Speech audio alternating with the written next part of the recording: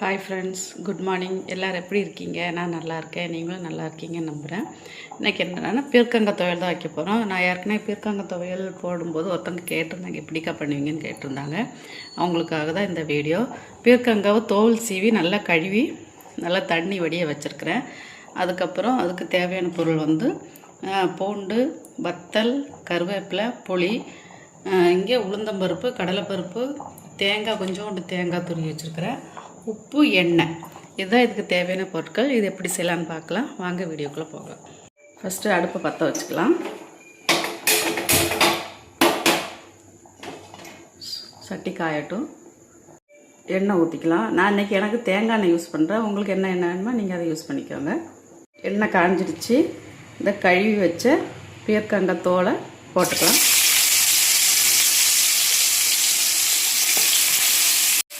போட்டு வதக்கிக்கலாம்.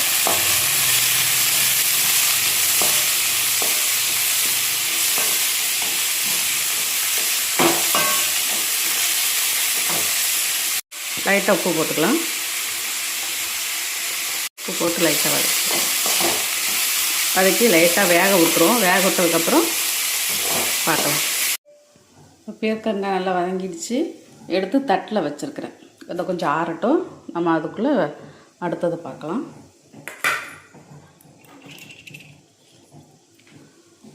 அதுக்கப்புறம் உளுந்தம்பருப்பு, கடலைப்பருப்பு, தேங்காய், இந்த மூணையும் போட்டுக்கலாம். அது கூடவே இந்த கருவேப்பிலை, வத்தல், புளி, பூண்டு இதையும் சேர்த்து ஒன்றாவே சேர்த்து வதக்கிக்கலாம்.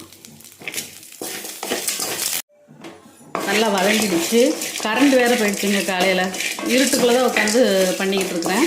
கொஞ்சம் அட்ஜஸ்ட் பண்ணிக்கோங்க, சரியா? நல்லா வதங்கிடுச்சு. அப்படியே ஸ்டவ் ஆஃப் பண்ணியாச்சு. கொஞ்சம் ஆறட்டும். ஆறுனதுக்கப்புறம் மிக்சியில் போட்டு அரைச்சிக்கலாம். வதக்கின பீர்க்கங்காய் துவையில் அரைச்சாச்சு. கரண்ட் இல்லைங்க. காலையில் பீஸ் அடிச்சுட்டு போயிடுச்சு. இன்னும் வரல. பக்கத்து வீட்டில் ஒரு அம்மா கிட்ட சொல்லி அரைச்சிட்டு வந்தாச்சு. இப்போ இதை தாளிச்சுக்கலாம். லைட்டாக எண்ணெய் ஊற்றிக்கலாம். கடுகு, உளுந்த பருப்பு போட்டுக்கலாம்.